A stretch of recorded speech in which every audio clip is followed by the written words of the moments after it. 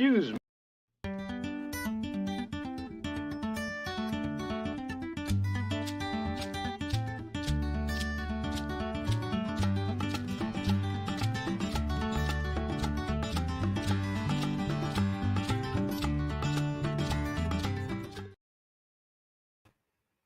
Hello and welcome, friends, to a lazy Saturday morning here on John's Comics with Kids. And I am the only one completely awake right now. I think there's some rumblings down the hall. I hear little noises, but nobody fully awake except for myself. So we'll talk a little bit about some books I've been reading, and then hopefully by the time the girls get out here, they'll be ready for our main topic today.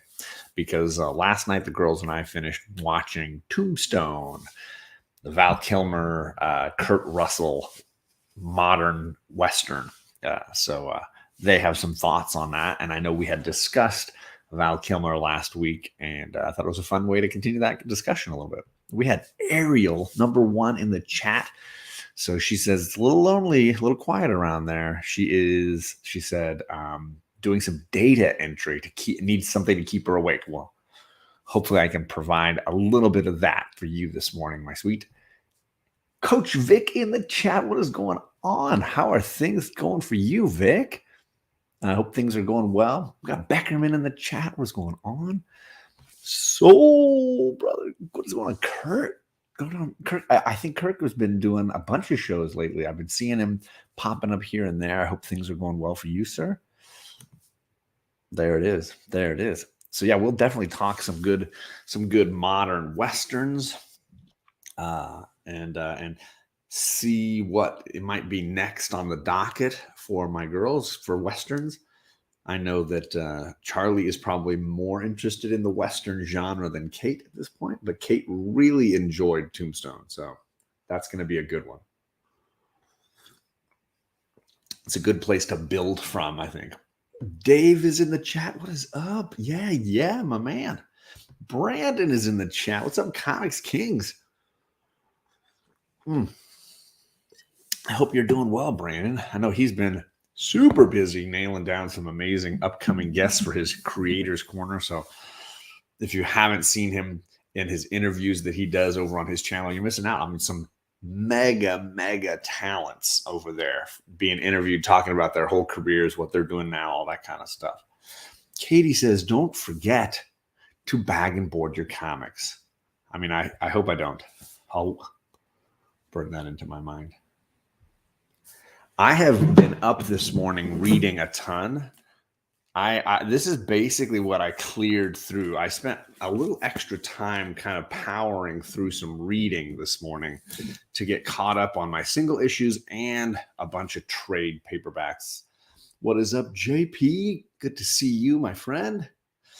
So I have I finished off these three trades, and I started a fourth trade this morning. And then I had three single issues that I bought this week from my comic shop, and I read another one digitally. I won't be too spoilery, but I'll give you my breakdowns of some of that stuff. The books this week I thought were pretty great, but my favorite, and I know Brandon's an X-Men fan. I don't know if Brandon's been reading Devil's Reign X-Men. So this is a 3-issue tie-in to the Devil's Reign storyline where Kingpin is taking over New York and controlling it as the mayor. I love the way they use Emma Frost in this issue. This issue was fantastic. A great issue to a 3-issue tie-in. This was my read of the week. So there's Brandon. I mean, Kingpin tried to pull one over on Emma Frost, and he thought he had her just in the bag, just dead meat. And she is not an easy one to kill, and she's not an easy one to stop. So this is a great miniseries, and Emma really kicks some butt here. Phil Noto, great covers and interior artwork. I think Phil Noto really doing some of his best work here. And Jerry Dugan, from Marauders, is the writer. Really great. Just 3 issues. If you're reading Devil's Reign and all the stuff with Kingpin and Daredevil, that's a great 3-issue tie-in to that saga. So you can really get something good out of it. Beckerman says loves Tombstone, but favorite Western is Hang 'em High. Good Clint Eastwood. I don't think the girls have seen a ton of Clint Eastwood stuff. I mean, most of his stuff is pretty rated R, so they haven't really had a chance. I know that I own The Outlaw Josie Wales and I own Unforgiven. As far as his Westerns go, those might be the only two that I own from his run. But those, I mean, Hang 'em High is great. I grew up. So my dad, who's sometimes in our chat, Pop, is a huge Westerns fan. And so when I was a kid growing up, I saw all of the John Wayne movies. I saw I saw Shane, a lot of those just classic Westerns I grew up with. And then later, I got into the Clint Eastwood stuff. My dad didn't really love the Clint Eastwood stuff as much as the John Wayne. So then I found Clint Eastwood and then into the modern day stuff. I'm a big Kevin Costner fan. So Open Range is a phenomenal Western. That movie is just absolute banger. If you haven't seen Open Range, I like Tommy Lee Jones and Robert Duvall. So I'm a mega Lonesome Dove fan. Those are a lot of the ones that I would throw near the top of my list. I see Dave mentioning Good, the Bad, and the Ugly. That's a great one. Ariel says her mom was a Western fan. She loves that mostly for the scenery. Yeah, the views and the vistas. John Ford in Monument Valley shooting The Searchers or Stagecoach or any of those amazing John Wayne Westerns with the sunset and the mountains and just absolutely gorgeous. Katie says she's going to a local Comic-Con on May 7th. That'll be exciting. I know that there's that WonderCon, which is in my sort of backyard here in Anaheim. They are like the weekend of April Fool's Day, so this coming weekend. And I think I'm going to miss out on it. So I don't think I'll be able to go and see any of those, sadly. But I do love to go when I get the chance and just catch up with friends and things. So sadly, I think I'm going to miss out on WonderCon this year.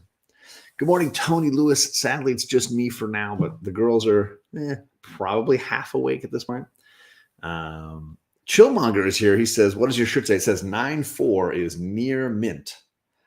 And that's the truth. And on the back, it actually has the full grading scale, each of the grading points. This is from my buddy White Whale Comics, his Teespring. I think it's on his I don't think he has TeePublic. I think he has Teespring. And I wear a bunch of his swag. I've been doing shows with Alec for almost 4 years now, and I try to wear a bunch of his shirts. I think they're hilarious. He's got the one that's the Dark Side's head, but with a giant beard, and it says the anti-joy equation. That's one of his. So I definitely wear a bunch of his stuff for sure. Let's see. Rod the Rican is here. What is going on, Rod? Good to see you. Let's see. The dog's doing all right because he's not on YouTube. Yeah, Percy, poor little Percy. He's getting a little old. I'm a 9.6 at worst. I mean, I'm happy to be near mint at this point. I'm good. What is up, Luke from Hydra Collectibles? Good to see you, sir. I should come to C2E2 in August. I would love to fly to a couple of cons, and I think highest on my list would be C2E2, MegaCon in Orlando, and probably New York Comic-Con in New York City. I mean, those would probably be my big three.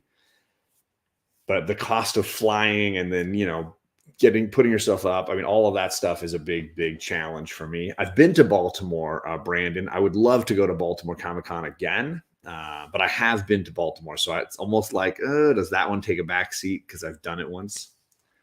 I've done it. I did it, but it was, it was before I knew you. So it was like 2.5 years ago. Yeah, it was 2.5 years ago. And I loved it. It was an amazing convention.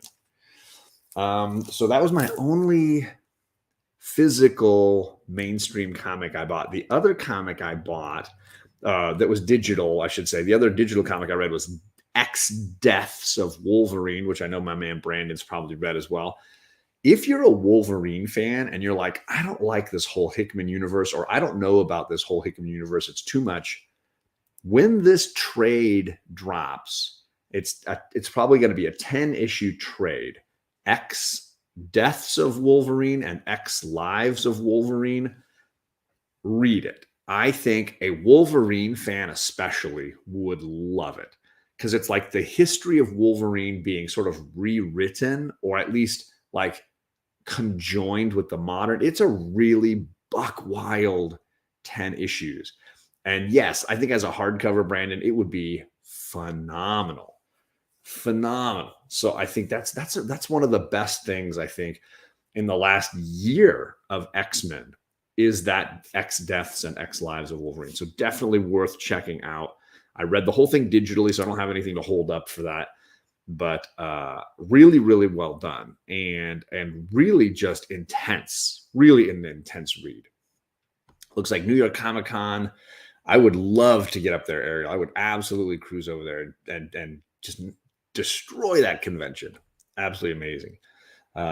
Mocha, I'm not sure what that is. Missouri Comic Con. I don't know what Mocha is. Let me know what that is, brother. It's a convention for independent cartoonists. All right.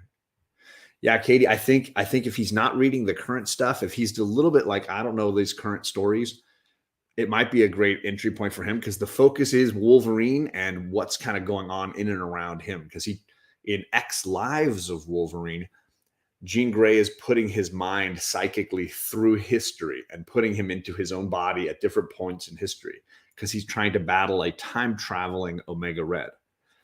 X Deaths of Wolverine, the companion story, is a 5-issue storyline where a Wolverine from the way future has come back and he is trying to hunt down and kill Moira McTaggart. And so you have Moira on the run from Wolverine and Mystique and all the characters that are trying to help out. Really, really a fun read. I really enjoyed it. So just something worth saying. We should do some retro reads. That would be a lot of fun, Luke. I absolutely agree with that. And actually, I think the next omnibus next season includes the Frank Miller run. So maybe that would be a great chance for you to join up and hang out with us for that. What is up, Inja? Good to see you. How are you doing this morning? Happy Saturday. Yeah, there it is. You said it. Happy Saturday. Okay, so it stands for the Museum of Comic and Cartoon Art Convention, happens yearly in New York City. I didn't know that one. There you go.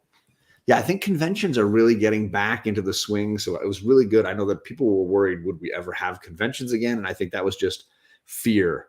I think the reality is we will definitely be having conventions again. And they're clearly up and running and people are excited to go out and do those. So that's really great to hear, you know? All right. I have 2 more single issues to read. This one is not for kids, but I've really been enjoying Bolero from Image. And if you watched Alec and I look back last month at our favorite books from from January and then February, and then now we're finishing. This is the 3rd issue. So each month we've kind of discussed Bolero as this bizarre. You have an option of living different lives, like your own life in different dimensions and realities. Really kind of a psychedelic read, a very adult book. You know, there's definitely some saucy bits, but I thought this has been very emotionally powerful and different and clever. And so I've been really enjoying Bolero. The team is Wyatt Kennedy and Luana Vecchio. They are the writer-artist on this team. And I've been really enjoying this series. I thought it's very outside the box, but also incredibly human and relatable. Like you can really connect with the emotional journeys of the characters. So I've really been enjoying this. Brother John, what is going on, my man? Everybody's in here. Good to see all you folks. And that takes me down to one other book, a book I was very excited, and of course that lived up to the hype for me is Philadelphia 21, right? Is this 21? 20, sorry, 20. Firstly, I love this cover with the like werewolf and the little girl riding on the back of the werewolf. So good. But Philadelphia just continues to be a lot of fun for me, a mixture of horror and action and social commentary and history. And I mean, so many things going on in here that I find interesting. Powerful father-son dynamic, police procedural. I mean, it's got a little bit of everything. Excuse me. This issue starts a new story arc. We got George Washington as a big piece in this. Really, really excited to see what happens with him. So I'm really enjoying this. Yes, Chillmonger. I heard this. So let me highlight Chillmonger. Firstly, if you don't follow Chillmonger, great live streams, entertaining stuff. Star Wars, Marvel. I think he's got a Star Wars one this weekend and a Marvel one next weekend. Am I right? And I can't do the Star Wars one this weekend, and I'm gone next weekend. So if I'm wrong on the dates, I'm hoping to do that Marvel one because that sounded like a lot of fun. But yeah, Rodney Barnes, the creator writer of Philadelphia, and a Winning Time on HBO, the basketball series about the Lakers. He is getting to do a Mandalorian comic book, not the TV series, as far as I understand it, right? Just the comic book. But yeah, so be prepared to go grab that at your shop because that's going to be dope. That's going to be a fantastic read. And there it is. See, Comics Kings knows what's up. Inja knows what's up, right? And he's saying Star Wars, the show starts in 1 hour. Marvel is next week. Yeah, I will definitely try to make it on soon. I'm going away with my mom next weekend. So there probably won't be a Saturday show unless we, depends on where we go and where we stay. But my brothers and I are taking my mom away for a Christmas gift to spend time with her, as we get older and we've got our kids and she just doesn't see us as much. We made the Christmas gift to her that we would get a getaway weekend together. So next weekend, my brothers and I are taking my mom away for a getaway weekend. What is up, Legion? He's going to be so disappointed in me because I got 0 DC books this week. Next week, I got some DC books on my list, but this week I had 0. And I only had 1 Marvel book that I bought. I bought mostly indies this week. So apologies all around. I know there's good stuff out there. My pull list has been cut way back. It's pretty much just Tom Taylor at DC at this point and a couple other books. But the stuff I'm reading, I'm loving. So always happy to have more Tom Taylor stuff going on. Yeah, I know. It was not the typical week. This is a good DC week. I heard Rogues was a book that needs to be read.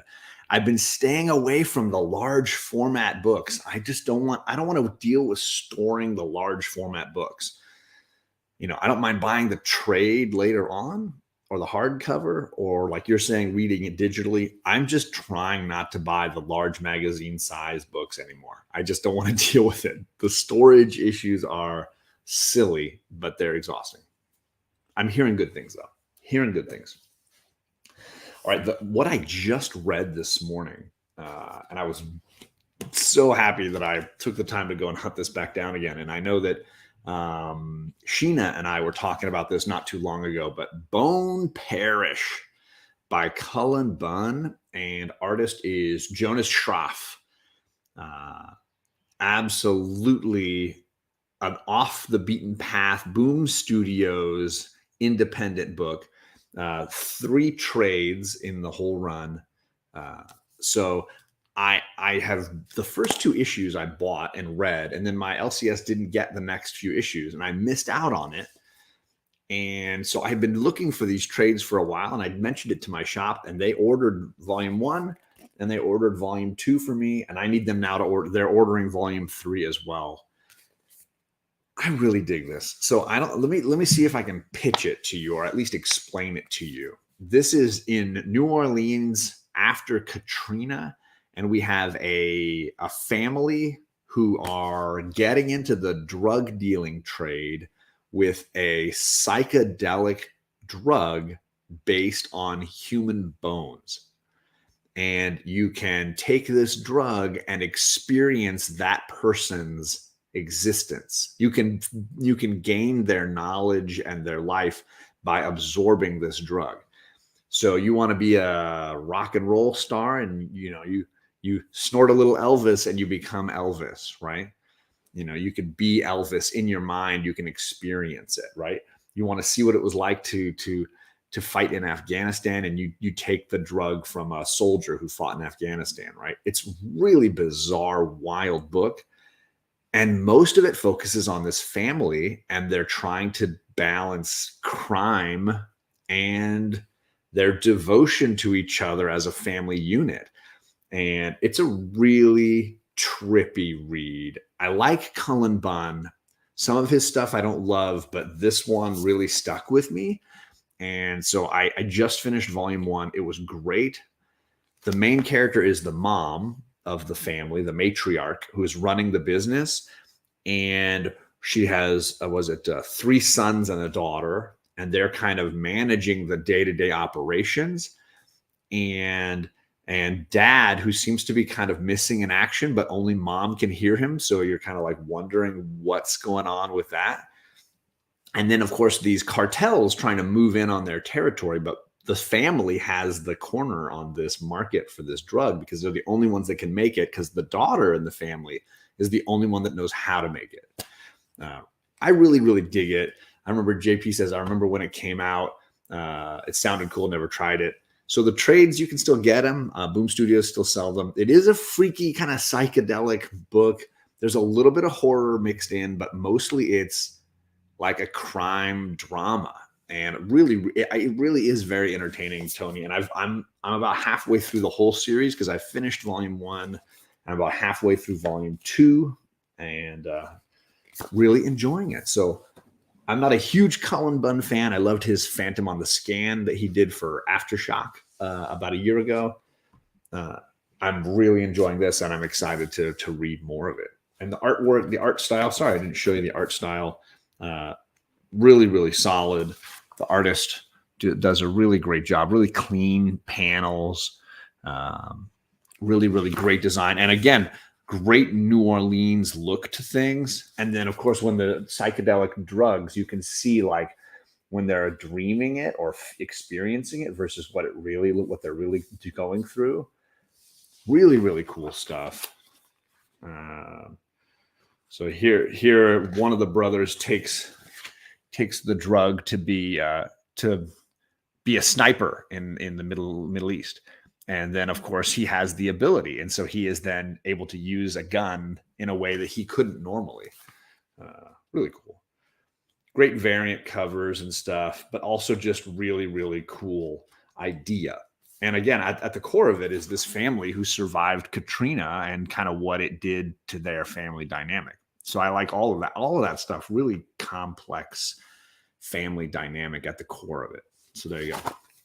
I won't oversell it, but that's one that I was reading this morning and really enjoying while I had my tea this morning.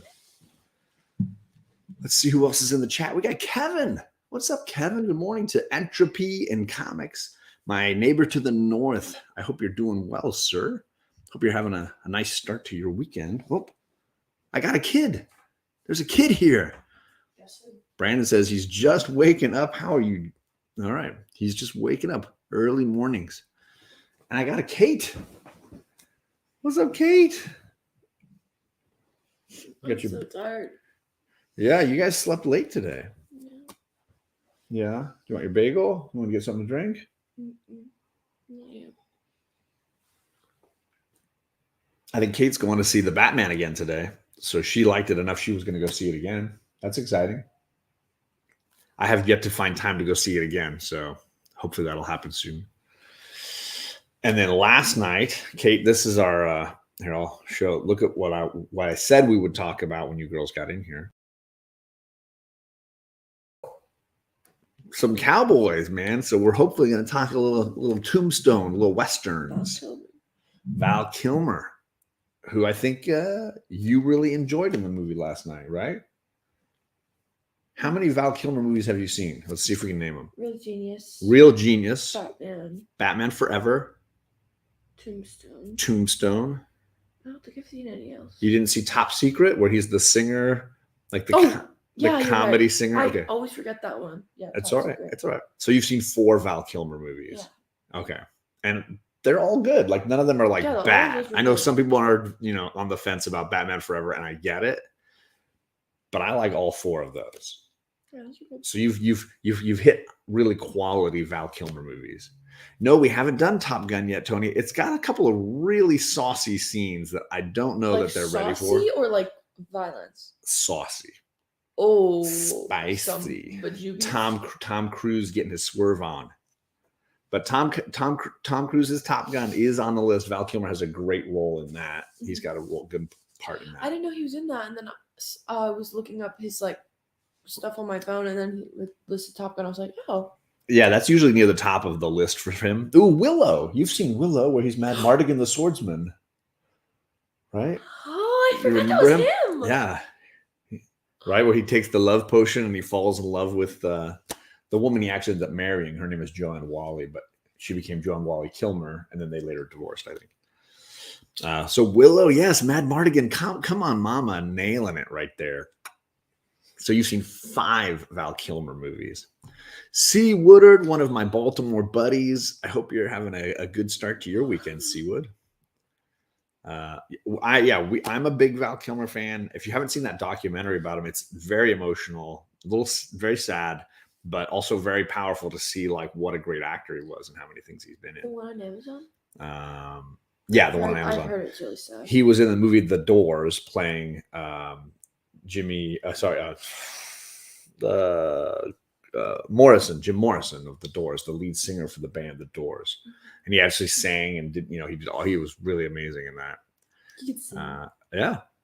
Let's see. I forgot about last week. Ghost in the Darkness with Michael Douglas from Ant-Man. Mm-hmm. And they're like the guys hunting the tigers or the lions. I mean, the lions. That's kind of funny because didn't Kirk Douglas, was it Mark Douglas?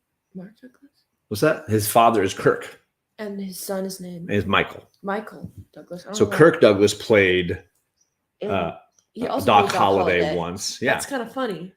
And then Michael and Val were both in a movie together. That's kind of funny. No, obviously Val played Doc Holliday. Real Genius is her all-time fave, says Come On Mama. And Kate watched that the other day. Really enjoyed that. Yeah, that was good. I don't know about Tom Cruise's center tooth. I knew that he had his teeth fixed at one point because he had a tooth that was a little crooked at the front. And apparently he didn't like that, so he had it fixed. I don't know the details about it. He might have gotten veneers, right? I don't know. I mean, at that point, you have that much money and time, you just do what you like. Based on the real lions, yeah. So this is Ghost in the Darkness is a true story about 2 lions that were eating the people building the railroads through Africa. And lions don't usually eat people, but these 2 lions wouldn't stop, and they just seemed to be doing it almost for fun and sport. They killed a ton of people, and the movie is about the Irish designer who was building the railroad and the American hunter they brought in to try to kill the lions. Now, the movie is a fictional account. It does not actually what actually happened, because the story is something of a legend. It's hard to know what is actually true, but it's a fairly entertaining film. Absolutely. Val was great as Doc Holliday, right? I mean, I know every time he was on screen, Kate would smile and be like, oh my gosh. And I jokingly said it, but it's true. Every line that comes out of his mouth is like perfectly delivered and has so many layers to it, right? That's funny. He is so quotable in that movie. Yeah. Forgive me if I don't shake hands. That's one that's in my head. Yeah. When Wyatt wants to introduce him to the town sheriff, that's that moment, right? Mm-hmm. When the sheriff comes over and he's like, Sheriff, have you met Doc Holliday? And he's like, piss on you, Wyatt. He's like, I don't want to meet the sheriff. Like, I'm a criminal. Because the truth is, Doc Holliday was wanted for murder all across the country. He definitely was a bit of a criminal. We see him stab somebody in the first scene in the movie. Bonjour from the Montreal airport. Well, bonjour to you as well. What's up, JD? SoCal brother. Okay. He says adult males don't normally team up, but those 2 did. Yes, his movie took a lot of creative license, to put it mildly. Yeah. He's talking about the male lions. They don't usually team up, but these 2 lions in Africa did, and they were hunting men, which is super rare. It's really weird. There's a great line, right? You're so drunk, you're probably seeing two. Yeah. I brought 2 guns, 1 for each of you. It's so good. It's such a good line, right? I'd forgotten you were there. Yeah. Johnny, I'd forgotten you were there. You may leave now. So good. Yeah, we're quoting Tombstone right now, JD, talking a little bit about modern Westerns and specifically Val Kilmer, who is quotable and, as JP says, so freaking good. He's so funny. Yeah, that's a chubby Billy Bob Thornton in Tombstone that is playing Johnny Tyler, the guy who gets slapped around by Wyatt, then tries to shoot him with a shotgun in the street, but gets stopped by Doc, who's basically, showing him up. What is up, sleepy reader? Good morning. Good morning. Hope you're doing well. But yeah, a great Billy Bob cameo. Brother John, spot on. But it was kind of funny because I walked in when we were like 15 minutes into the movie. Mm-hmm. And like the first time we see him, he says the "Forgive me if I don't shake hands." Yeah. And one of my friends listens to this song, and that's how it starts. They sample that line. Yeah, he goes, "Forgive Val me Kilmer. if I don't shake hands." And then the it's called "Shake Hands," the song. Yeah. Okay. And I heard it and I was like, "Oh my god, wait, that's him?" Because I guess it doesn't really sound like him to me because of the accent. He makes it deeper. Yeah.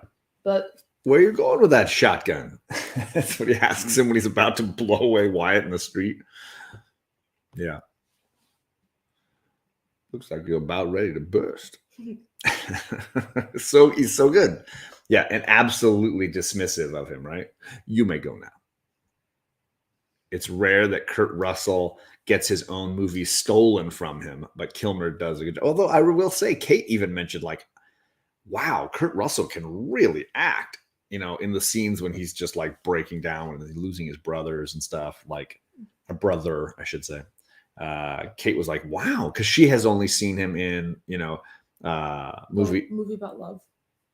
The movie about it Overboard with Goldie Hawn, and you've seen him as Ego in Guardians of the Galaxy. That's it. You haven't really seen him like emote, although he's known more for his action drama I'm a Badass movies. He did a science fiction horror movie called The Thing, which is great. He did a science fiction action movie called Escape from New York, which is great. Those are kind of his big ones. Big Trouble in Little China is a comedy action kind of thing. But he definitely is an actor who is less known for his emotional roles. Yeah, and he was doing really well. I've never actually seen him like totally like do that, but he was doing really, really well. Crazy. Good morning, Chaos and Comics. Hope you're doing well, Chris. And we got Tony Lewis saying, it's funny, the gunfight at the OK Corral has just started over here. I think Kirk Doug, where are you watching it, man? Because I was joking that I wanted them to see, I knew of Gunfight at the OK Corral, Wyatt Earp, Tombstone, and then my dad raised me on My Darling Clementine, the John Ford film.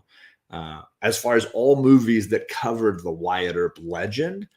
And I feel like Tombstone is the one that's remembered most nowadays. But when I was a kid, My Darling Clementine was like the one, and then later I saw Gunfight at the OK Corral and some of the other ones. And obviously Wyatt Earp is the least remembered, even though it's probably the most historically accurate of the 4 movies. It's least remembered because I think it's the least emotionally impactful.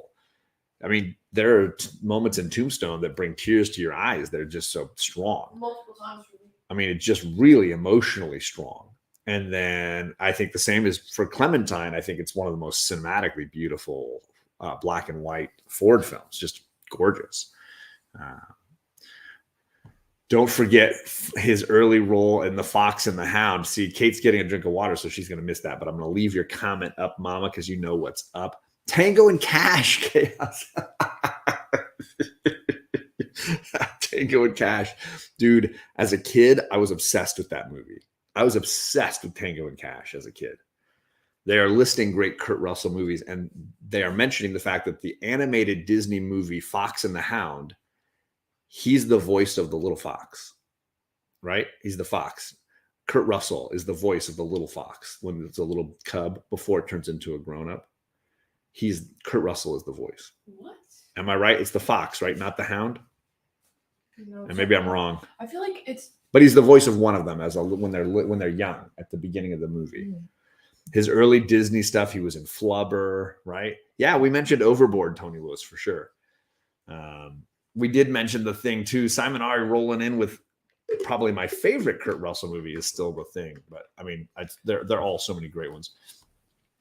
Yeah, Ohan, I think Soldier gets overlooked as a cool movie. I enjoy that one a lot. JP says Big Trouble is his best movie. I love that movie. I think Big Trouble is hilarious and a lot of fun. So I'm not gonna burn on you for that. Okay, he was the fox. Okay, good. All right. Wyatt Earp makes Wyatt and Doc more real and therefore less memorable. And I totally agree with that. Historically, if you want to know the accuracy of what actually happened, Wyatt Earp is more accurate to what really went down, but less entertaining because it's less cinematic, you know? Executive Decision, another good Kurt Russell movie. That's one when he's got to sneak onto an airplane to stop terrorists in midair who are trying to I want to say capture the president, right? Something like that. We did mention Escape from New York. These are all movies we need to check out. Kurt Russell's Soldier was fun, but not great. Yeah, fun is a good way to describe it, for sure. Wasn't Kurt Russell the dad in Sky High? Yes, he was. The superhero dad at the superhero school, Sky High.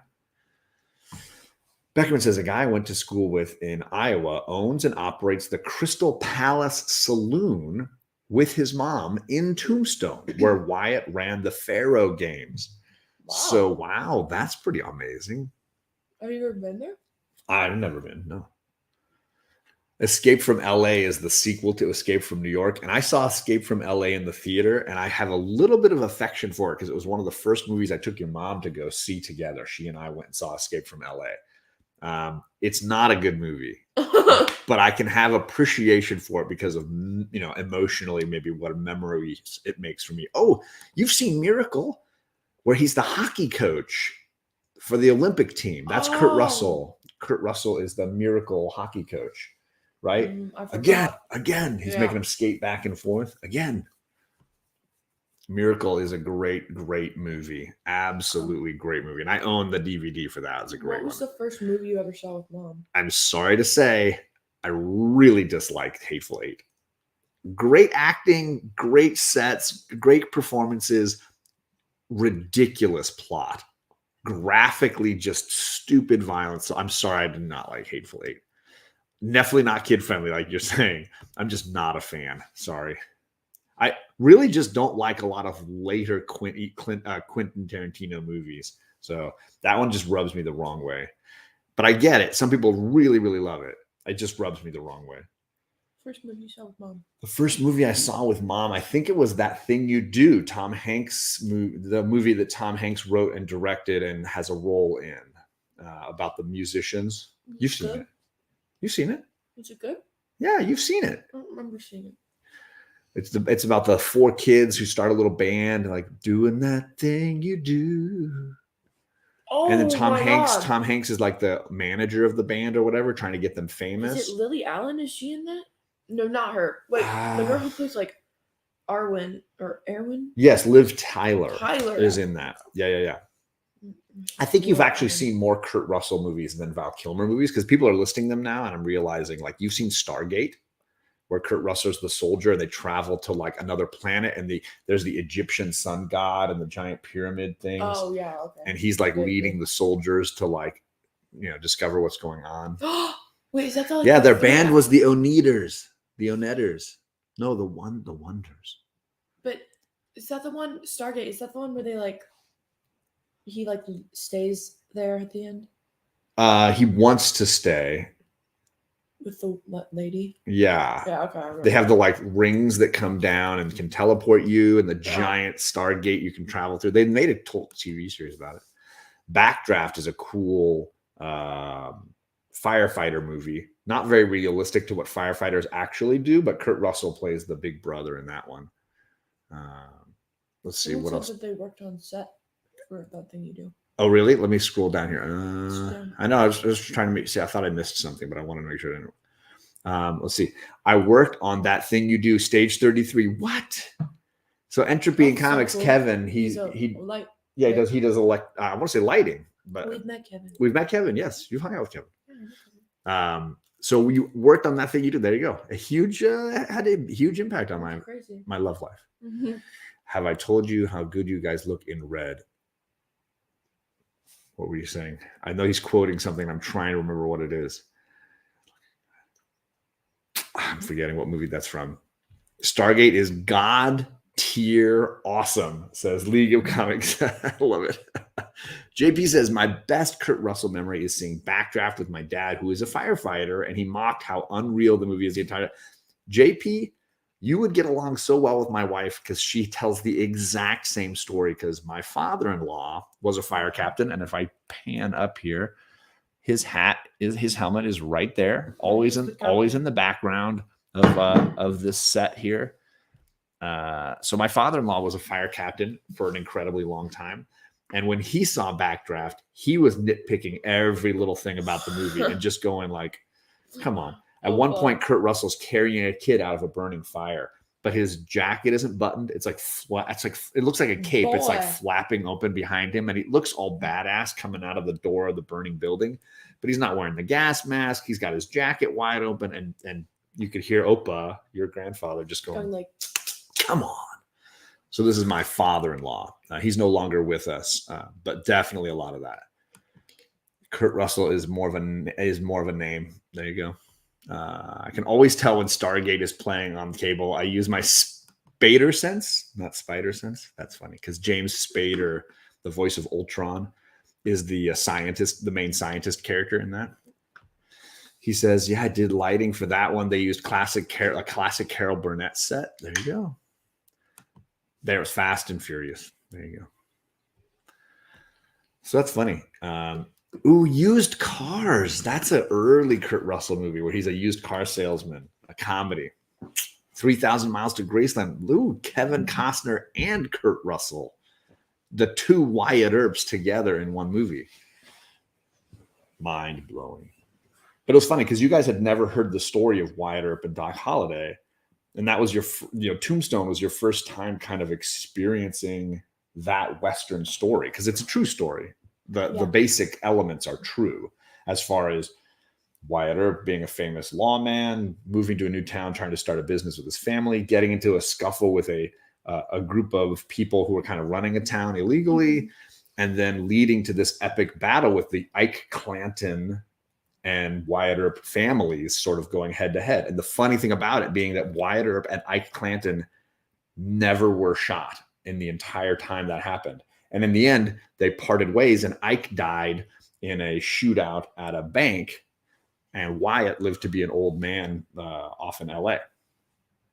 But neither one of them actually got shot in all of their kerfuffles in and around Tombstone. How you can like upload that. Yeah, and he, Wyatt was always in and out of trouble with the law as a young man, and then as a lawman, and then as a businessman, and to never have been shot his entire life, to never have been hit by a bullet he got super lucky. Although admittedly, guns back then very inaccurate. Yeah, you would have a shootout, and you could see some of them just firing right next to each other and missing. That scene where is it Billy? The lead of the cowboy people? Johnny Ringo? No, other guy. He always has red and he Billy, but maybe it's Bill. No, yeah, it's something Bill. But yeah. Yeah, Curly Bill. Curly Bill. And when he was facing off against Wyatt and Wyatt's walking through that river, he was shooting straight at him. He was just like. And in the Kevin Costner version of that moment, because that showdown was supposedly real with Wyatt striding right out into the middle where all the gunfighting was happening. They show him turning and bullets clipping his clothes, but somehow he just never gets hit. I think it even shoots off a tassel off of his. It's a very cinematic moment. Yeah. Yeah, a big part of why he is famous is because he survived and he, could tell his story. He is definitely an anti-hero. I totally agree. Totally agree. I'm sorry, I missed Michael and Riley of the Downright Nerdy podcast, our Disney friends. What is going on? People miss listing other good Kurt Russell movies, Grindhouse, Death Proof. Let's see. I also saw Blown Away. Look, people digging deep here. Show them Young Guns, which is the story of Billy the Kid, but also not very accurate to history. Captain Ron is a Kurt Russell movie where he's like a one-eyed ship captain in Florida, taking tourists around to see things, and he takes who's the guy in that? Is it Rick Moranis? I think Rick Moranis is it's his family that he takes around, right? I think it was Rick Moranis' family. What is up, Jay Hood? We're talking Tombstone. Your sister's been telling us how she felt about Tombstone, seeing a Val Kilmer, Doc Holliday. What are your thoughts on Tombstone? I think he looks like the best Doc Holliday besides Kirk Douglas. Yeah, I showed them the trailers for My Darling Clementine, OK Corral, and Wyatt Earp, just so they could see other actors playing those two roles, Wyatt and Doc. And you still feel like he looked the best, right up there with what you liked Kirk. Did you like Kirk Douglas the way he looked? Okay. The only problem is that I put Kirk as second because you haven't seen these movies yet. Yeah, but you also don't know what he's gonna look like because Kirk Douglas, it's black and white, so you don't know if he actually looked pale. Right. Martin Short. Sorry, it's not Rick Moranis. It's Martin Short. I was like, oh, who was it? So yes, Martin Short. Three Amigos. Has Martin Short in it. Yeah. So Martin Short and his family want to go on like a boat cruise, and then Captain Ron is Kurt Russell, and he drives them around in the boat. It's a very funny movie. And we in our family have two Captain Rons because my stepfather is a Captain Ron because he was in the Navy, and then their grandfather who passed away, who they call Opa, was a fire captain. So we have two Captain Rons in our family. Kind of fun. J Hood says Tombstone is probably my go-to Western, that or The Quick and the Dead, which is far more over the top, but still a lot of good gunfights. Three Amigos is so ridiculous, but that doesn't stop us from loving it. It is hilarious. The most ridiculous movie I've ever seen. Sí, el Guapo. No, it was Monty Python and the Holy Grail. Oh yeah, recently you girls watched Monty Python and the Holy Grail. Funny movie. How can I have a plethora? Yeah, a plethora. What is a plethora? How do you know I have a plethora? Someone used that word in class the other day and I was like... You thought about plethora. Yeah. Sí, el Guapo, you have a plethora. What is a plethora? They are wonderfully rich and nice people. Oh, I don't know who they are. Probably Martin Short's family in the movie. Oh, okay. Maybe. 'Tis a flesh wound. See? They know the movie. Yeah. He cuts his arm off. Yeah, and then he cuts his arm like, shall we call it a draw? The blood's just like... And then like when he loses both his feet and his arms, he's like, shall we call it a draw? Yeah. So good.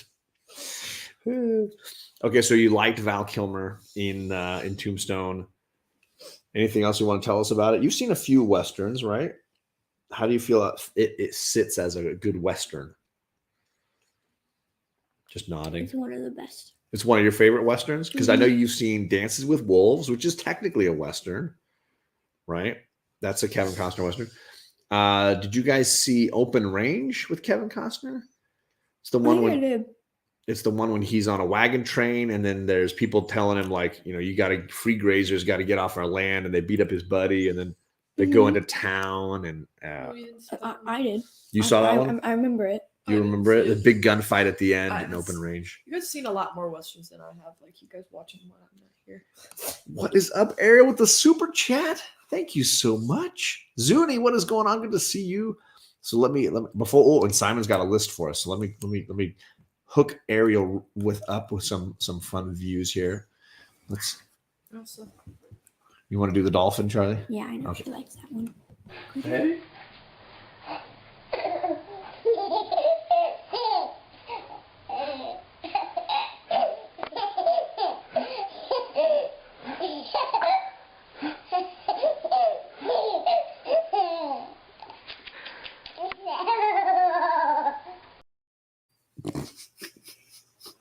And one more. Go, well, now they know. Let it go, let it go.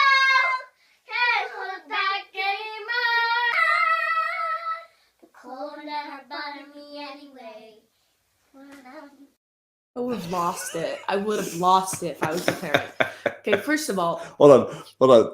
I want to say some highs to some people because I know that Simon mentioned favorite westerns. He mentions the original The Magnificent Seven, which is a Western remake of The Seven Samurai. oh, we watched that movie. The Seven Samurai is about a small town being raided by bandits that hire saw that. seven It had samurai to protect them. It didn't have Magnificent Seven is a Western version that where small town being raided by bandits hires seven gunslingers. And to I've seen protect both their of town. those. Yeah, we watched. I've both seen of them. both. I remember Right? that. Great movies.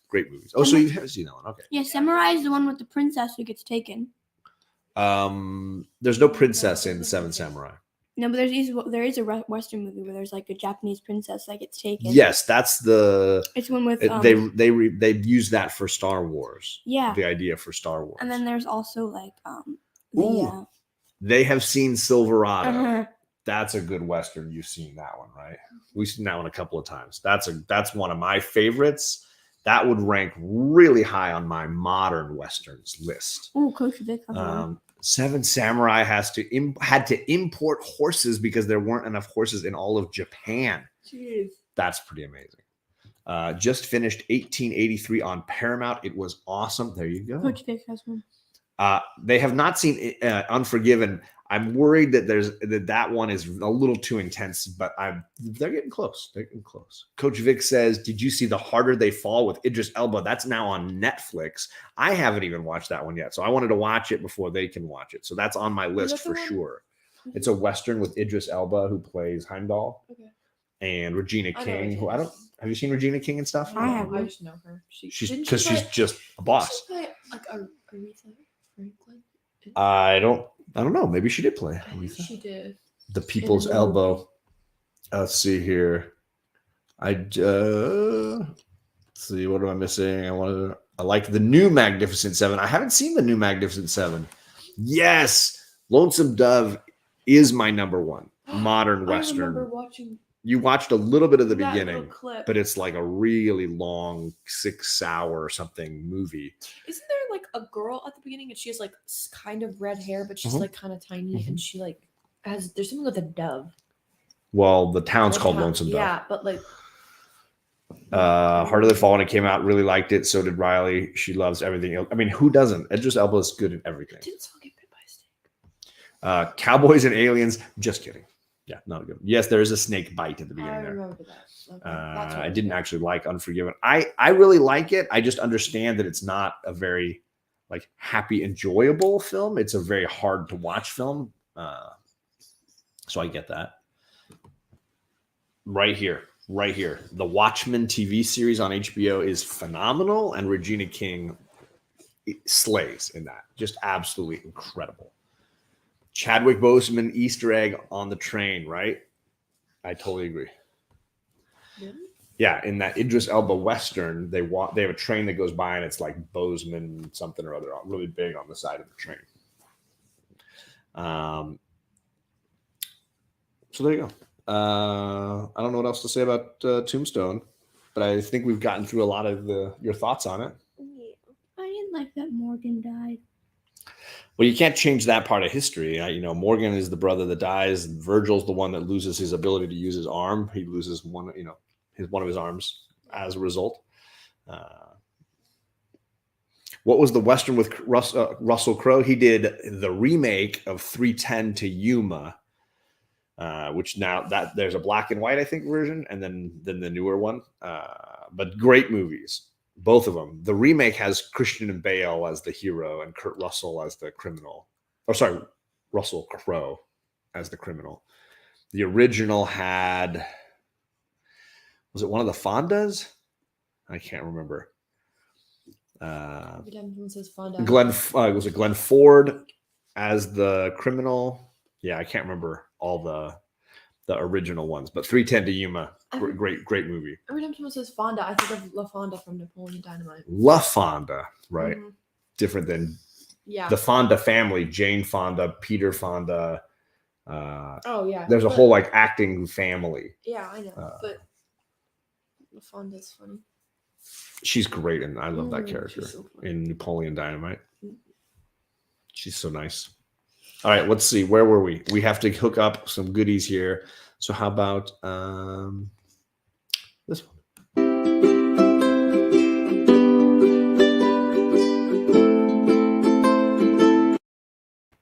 Yeah, you are going to be 14 this year. 15. Sorry. You're going to be said it. 15 this year? Yeah, I That said doesn't it seem wrong. right. I know. I don't like that math. Mm-mm. We got this city on rockin'. Yeah. Nailed it. So cute. Nailed it.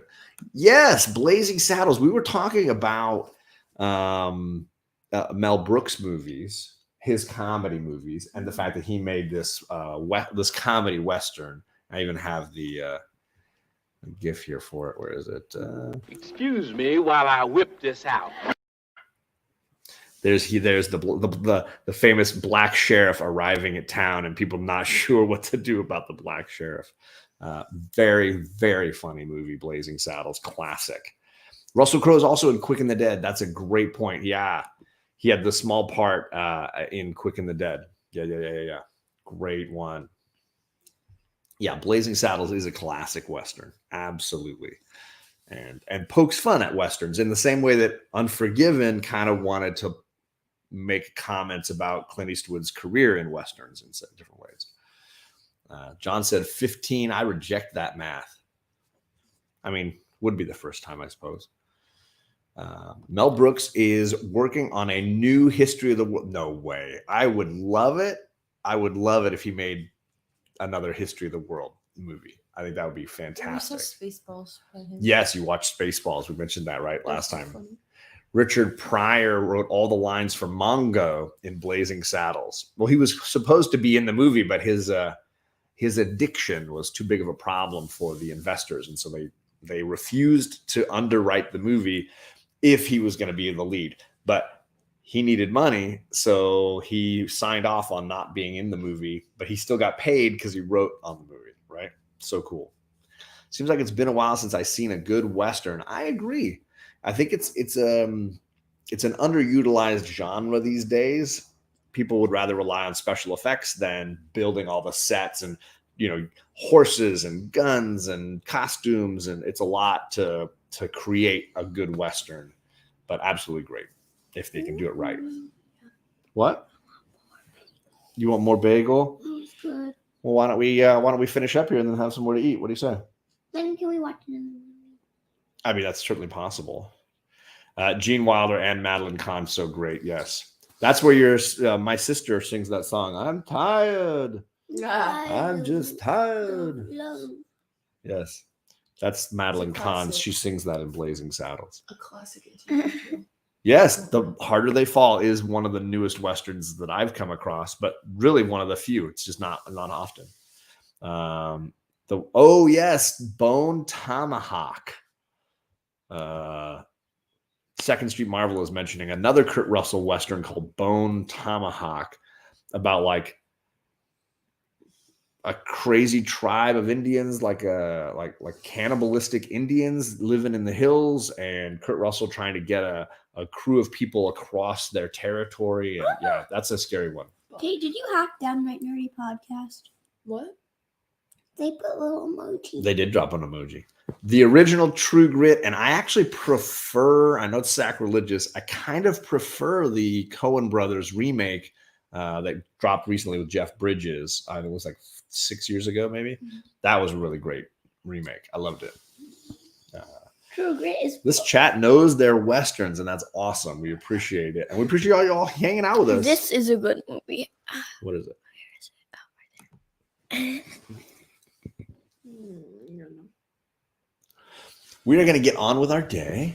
And like I said, I might be off next weekend. So it's possible we will miss next weekend. Hopefully we can figure it out, a way to still hang out with you a little bit. And maybe you could meet my mom. Maybe she and I are early risers. So it's possible that Mom and I will be able to be live next weekend when we're away for the weekend. And don't worry, I'll explain it all to you. You don't need to worry right now. So fingers crossed that all works out. As far as what's coming up on my channel, not a whole bunch. I don't think I got any real shows coming up here in the next few days. I mean, I'm on with D&D tomorrow night with on JP's channel, and then I'm on Justin's channel for Omni X-Men on Tuesday, and then I'm on JP's channel again Tuesday night talking about Black Hammer. So I'm on a bunch of other channels, but I don't think there's anything happening here for a few days. We will see how that all goes. I hope everybody has a nice weekend. And if you see some good Westerns, let us know if you think of any other good ones we'd like to hear. And Mel Brooks movies. And Mel Brooks movies. Those are on our list. We got to see a bunch of both of those. Have a great weekend, everybody. And we will see you back here again soon.